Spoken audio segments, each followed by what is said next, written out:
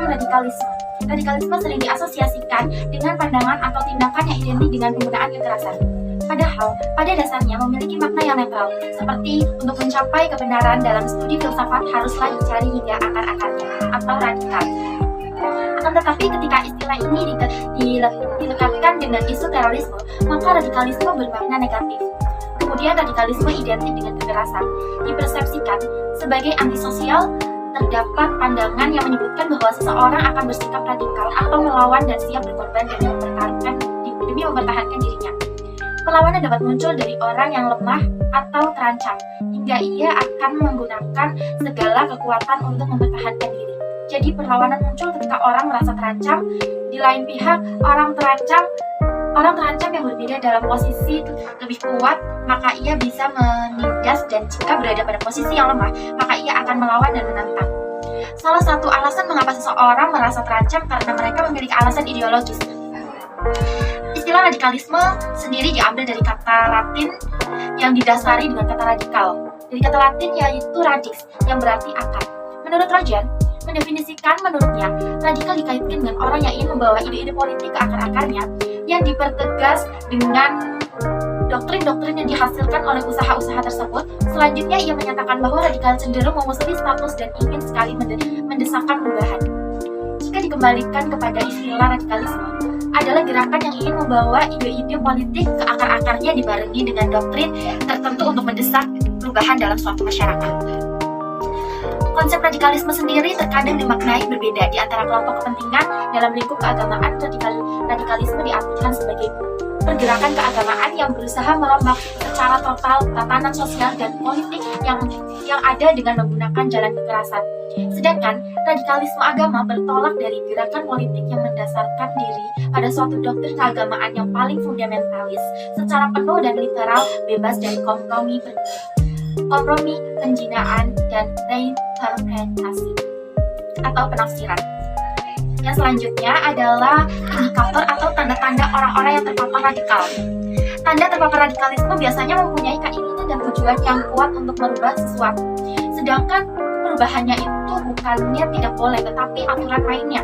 Keinginan perubahan dengan cepat dan sesegera mungkin disertai pemahaman radikal adalah radikalisme. Radikalisme diawali dengan pemahaman radikal, dilanjutkan dengan tindakan-tindakan tertentu. Umpamanya, kendalanya pemahaman tentang agama oleh seseorang atau kelompok tertentu, tetapi menganggap keyakinan mereka adalah paling besar dan mendesakkan perubahan sosial politik sesegera mungkin dengan aksi-aksi kekerasan dalam masyarakat berdasarkan keyakinan itu. Agen-agen garis keras pada dasarnya memiliki pemahaman atau dangkal tentang agama. Contohnya aksi pengeboman untuk mendesakkan perubahan ideologis merupakan cara-cara radikal. Radikalisme dapat pula dibedakan antara berbagai sebuah pengetahuan, sikap, atau perilaku.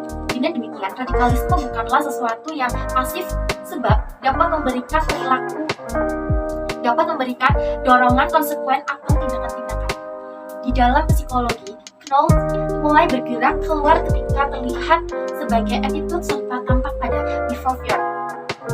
Lanjut dalam psikologi, behavior meliputi dari kepala sampai kaki, sedangkan orang fisika melihat aktivitas otak pun adalah behavior. Jadi, political doctrine psychopolitical adalah ciri umum yang mewarnai definisi radikalisme.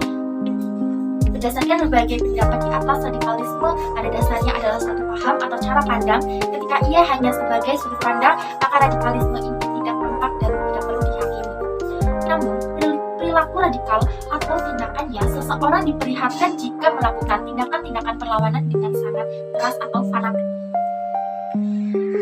Yang selanjutnya adalah implikasi radikal terhadap kehidupan keagamaan dan berbangsa. Implikasi dari pemahaman agama yang tekstual dan fokus terhadap pemahaman sekunder adalah adanya cara beragama yang berlebihan dan memberatkan umat serta mudah sekali mengharamkan segala sesuatu pada kondisi yang lebih ekstrim. Hal ini menyebabkan munculnya paham takfiri, yaitu mudah mengkafirkan orang lain hanya karena ia beraliran paham yang sama. Yang selanjutnya adalah mendeskripsikan konsep pendekatan persuasif dalam menghalau gelombang radikalisme. Istilah persuasif bersumber dari perkataan Latin yaitu persuasion, memiliki kata kerja persuader yang berarti membujuk. mengajak, atau merayu. Ataupun Alpha-Blum. Persuasif adalah proses komunikasi yang dilakukan orang untuk menyampaikan secara verbal atau non-verbal dengan tujuan untuk memperoleh tanggapan tertentu dari orang lain. Sedangkan menurut Larson, persuasif adalah sebuah proses yang merubah sikap kepercayaan terhadap atau tingkah laku penerima yang diakibatkan oleh penggunaan simbol-simbol. Pengertian lain menurutkan komunikasi persuasif adalah suatu proses di mana seorang komunikator menyampaikan rangsangan atau biasanya dengan lambang bahasa untuk mempengaruhi perilaku orang dalam komunikasi. Berdasarkan beberapa pengertian yang telah diutarakan, maka dapat dipahami bahwa persuasif adalah suatu proses yang menyampaikan dari komunikator kepada komunikasi untuk mengubahkan kepercayaan, sikap, dan perilaku dengan mempengaruhi aspek-aspek psikologi komunikasi. Komunikasi persuasif pada prinsipnya sama dengan komunikasi pada umumnya. Komunikasi persuasif pada prinsipnya sama dengan komunikasi persuasif bertujuan mempengaruhi sikap bahkan perilaku komunikasi. So out the door, and your pockets can find us no more. It's just you and me, and there's nothing I can do. I'm stuck with you, stuck with you, stuck with you.